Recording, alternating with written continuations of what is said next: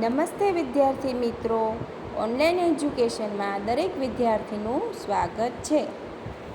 ધોરણ 5 વિષય હિન્દી,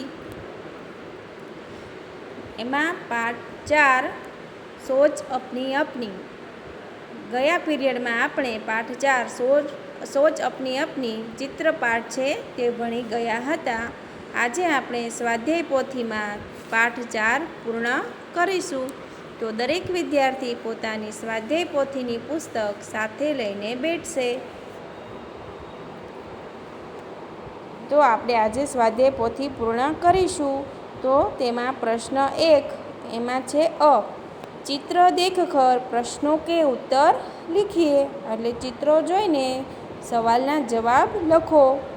તો તેમાં છે સવાલ 1,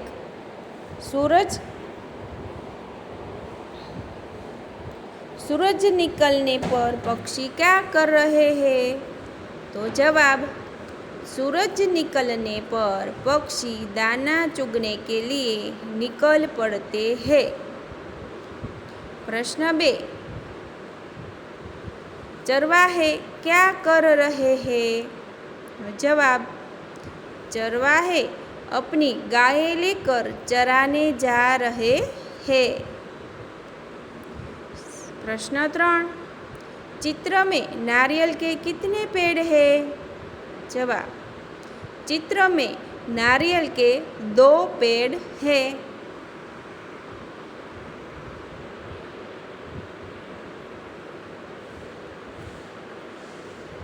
प्रश्न 4, चित्र में कितने घर हैं? चित्र में 5 घर हैं. प्रश्न 5, बच्चे बगीचे में क्या कर रहे हैं? जवाब, बच्चे बगीचे में तितलियों के पीछे दौड़ रहे हैं. प्रश्न 6, चरवाहे के हाथ में क्या है? तो चरवाहे के हाथ में लकड़ी है. અહીંયા પ્રશ્ન 1 અ પૂરો થાય છે. હવે प्रश्न 1 ब તેમાં છે पेज 26 के चित्र के आधार पर कोष्टक में से उचित शब्द चुनकर रिक्त स्थानों की पूर्ति कीजिए. એટલે પાના નંબર 26 ઉપર જે ચિત્ર આપ્યું છે તેના આધાર પર નીચેની ખાલી જગ્યા છે તે પૂર્ણ કરો. તો ખાલી જગ્યા 1, आकाश में खाली जगह पक्षी उड़ रहे हैं. तो कि आकाश में 7 पक्षी उड़ रहे हैं. नंबर 2, चित्र में कितने घर दिखाई दे रहे हैं? तो 5. नारियल के खाली जगह पेड़ है? तो 2. चौथी खाली जगह, नारियल के पेड़ घर के खाली जगह है? तो नारियल के पेड़ घर के पीछे है. હવે પ્રશ્ન 2, सोचकर लिखिए. चरवाहे क्या सोचते होंगे? तो એમાં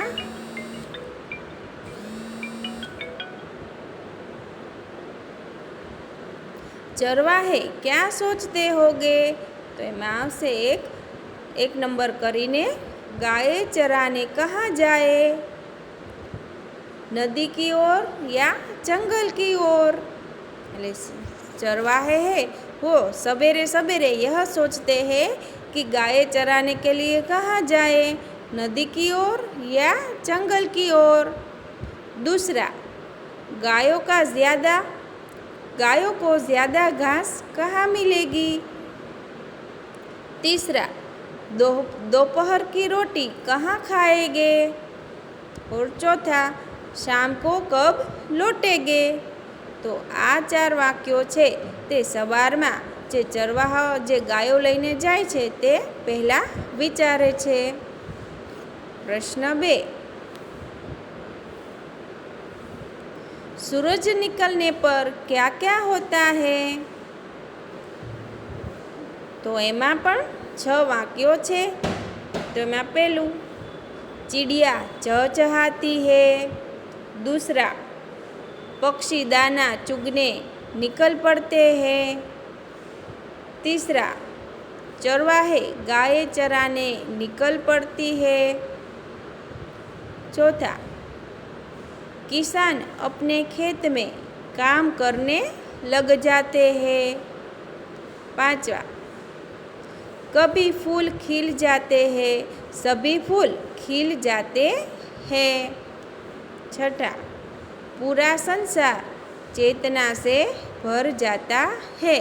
यानी कि पूरा जो संसार है वह जीवंत हो जाता है, चेतना से भर जाता है. तो सूरज निकलने पर यह 6 कार्य होते हैं. प्रश्न 3, तुम बगीचे में होते तो क्या करते? जो बगीचा में तमे हो तो तमे शू करो?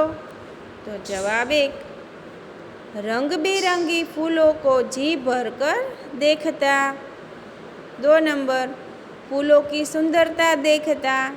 3 नंबर, झूले पर झूलता. 4 नंबर, रंग बिरंगी तितलियाँ देखकर प्रसन्न होता.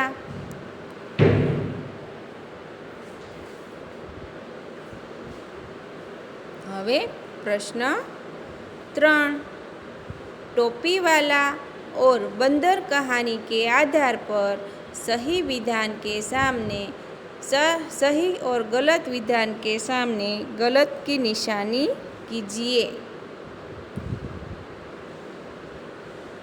तो અહીંયા આપણને સાચા ખોટા આપ્યા છે.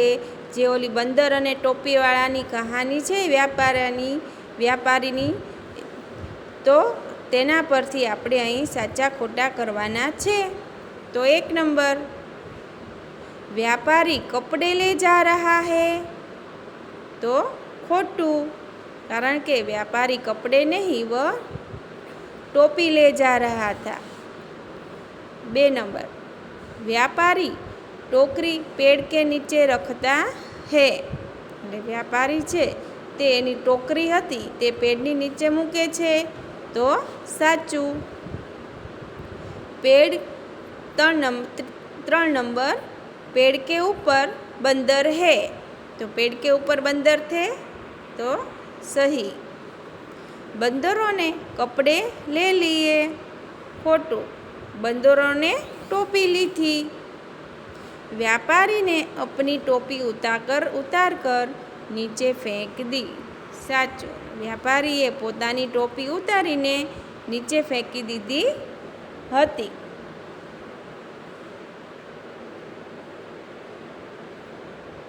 6 नंबर, बंदरों ने व्यापारी की नकल कर अपनी टोपियाँ फेंक दी. तो साचू. व्यापारी ने टोपियाँ इकट्ठी कर ली. साचू.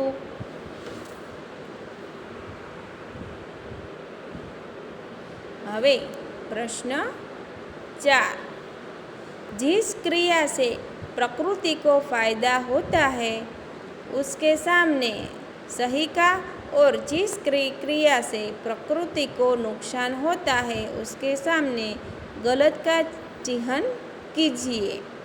प्रकृति એટલે કે જે કાર્યથી પ્રકૃતિને ફાયદો થાય તેની સામે સાચું, અને જે કાર્યથી પ્રકૃતિને નુકસાન થાય તેની સામે ખોટાની નિશાની કરવાની છે.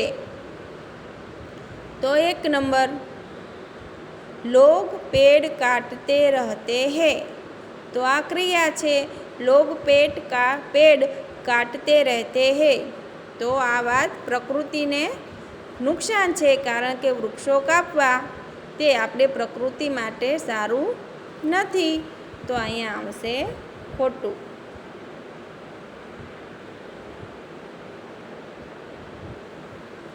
2 नंबर, आशा पानी से खिलवाड़ करती रहती है.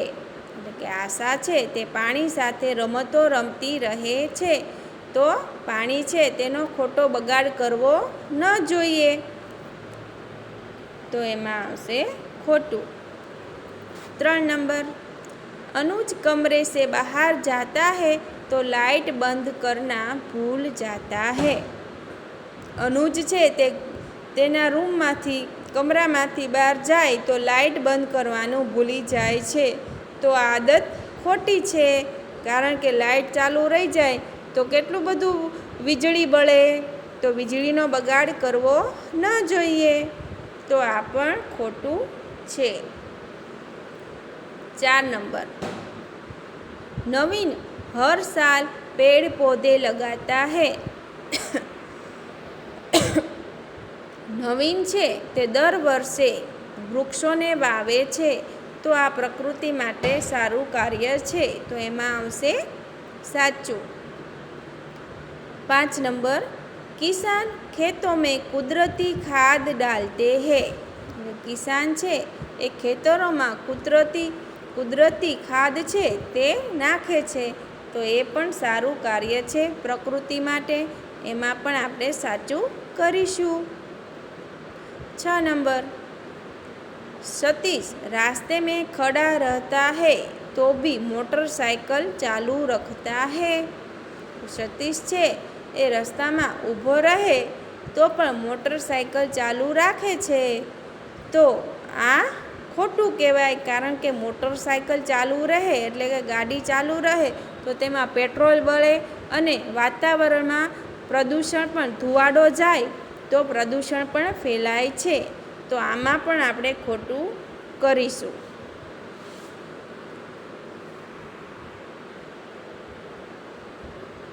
તો આપણે અહીંયા પાઠ 4 પૂરો કર્યો સ્વાધ્યાય પોથીમાં. હવે સ્વાધ્યાય પોથીમાં આપણે પુનરાવર્તન જોયું હતું. પુનરાવર્તન 1, તો પુનરાવર્તન 1માં મેં તમને ચોપડીમાં કરાવ્યું હતું. તેમાં જે કોષ્ટક હતું કે જે અંકો આપેલા છે તે અંકોને આપણે શબ્દોમાં કોષ્ટકમાં ગોતવાના હતા. તો એ જ તમારે સ્વાપોથીમાં પણ તે જ આપેલું છે. અને એ આપણે વાર્તા જોઈ હતી સફેદ 2 બિલાડીઓની. 2 બિલાડીઓ એક રોટલી માટે બાંધે છે અને વાંદરો આવીને તે રોટલીનો ફાયદો ઉઠાવે છે. તો આ તમારે પુનરાવર્તન 1 છે તે તમારે સ્વાધ્યાય પોથીમાં જાતે પૂરવાનું છે. પુનરાવર્તન 1માં તમે પાના નંબર 33 ઉપર જે સવાલ જવાબ આપ્યા છે તે કાઢો. તમારે પાના નંબર 31 અને 32 છે તે જાતે કરવાના છે. પુનરાવર્તન 1માં પાના નંબર 31 અને 32 જાતે પૂરવાના છે. પાના નંબર 33 ઉપર જે સવાલ જવાબ આપ્યા છે તે હું તમને લખાવું છું. તો પ્રશ્ન 7માં નિમ્નલિખિત प्रश्नों के उत्तर लिखिए. तो एમાં प्रश्न 1 છે, चरवाहा दूसरी बार चिल्लाया तो मदद के लिए कौन आया? तो जवाब, चरवाहा दूसरी बार चिल्लाया तो मदद के लिए कोई नहीं आया. प्रश्न 2, चरवाहे को नुकसान क्यों झेलना पड़ा? तो चरवाहे को अपनी बुरी आदत के कारण नुकसान झेलना पड़ा. प्रश्न 3, बच्चे द्वारा धूप में पसीना बहाने से क्या होगा? तो जवाब, बच्चे द्वारा धूप में पसीना बहाने से खेत फसल से लहलहा उठेंगे. प्रश्न 4, नन्हा राही कहाँ दम लेगा? तो नन्हा राही मंजिल पाने पर दम लेगा. प्रश्न 8, निम्नलिखित शब्दों के समानार्थी शब्द लिखिए. तो एમાં नंबर 1, राही એટલે મુસાફિર. नंबर 2, સિપાહી તો સૈનિક. नंबर 3, धरती तो पृथ्वी. नंबर 4, रास्ता तो पंथ. नंबर 5, मंजिल तो ध्येय. 6 नंबर, नन्हा तो छोटा. હવે પ્રશ્ન 9. નિમ્નલિખિત શબ્દો કે વિરુદ્ધાર્થી શબ્દ લીખીએ. નીચે આપેલા શબ્દોના વિરોધી શબ્દો લખવાના છે. તો એમાં પેલું છે છોટા તો બડા, છાંવ તો ધૂપ, બાયા તો દાયા, નીચા તો ઊંચા, સુખ तो दुख, लेना तो देना. प्रश्न 10. संकेत और उसके सही अर्थघटन की जोड़ियाँ बनाइए. એટલે કે અહીંયા આપણને અમુક સંકેતો આપેલા છે કે રસ્તા પર વાહનો માટે જે નિશાનીઓ બનાવેલી હોય છે, આપણે રસ્તા પર જ્યારે મમ્મી પપ્પા સાથે ગાડીમાં જતા હોઈએ ત્યારે રસ્તાઓ પર જે નિશાનીઓ બનાવેલી હોય છે તે નિશાનીઓ આપણને શું કહેવા માંગે છે?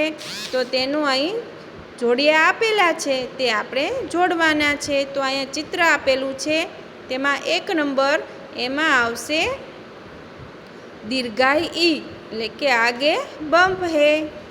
નંબર 2 એમાં છે પી તો એમાં જવાબ આવશે હસવાઈ ઈ એટલે કે પાર્કિંગ યહાં કરે. 3 નંબરમાં આવશે અ પાર્કિંગ મના હે. 4 નંબરમાં આવશે બ બાएं ચલે. 5 નંબરમાં આવશે હસવાવાળું ઉ એટલે કે દાएं ચલે. 6 નંબરમાં આવશે ક યુ ટર્ન અને 7 નંબરમાં આવશે એસ ઝીબ્રા ક્રોસિંગ. તો અહીંયા આપણે પુનરાવર્તન પૂર્ણ કરીએ છીએ. દરેક વિદ્યાર્થીએ પોતાની સ્વાધ્યાય પોથીમાં પાઠ 1 થી પાઠ 4 અને પુનરાવર્તન 1 પૂર્ણ કરવાનું છે.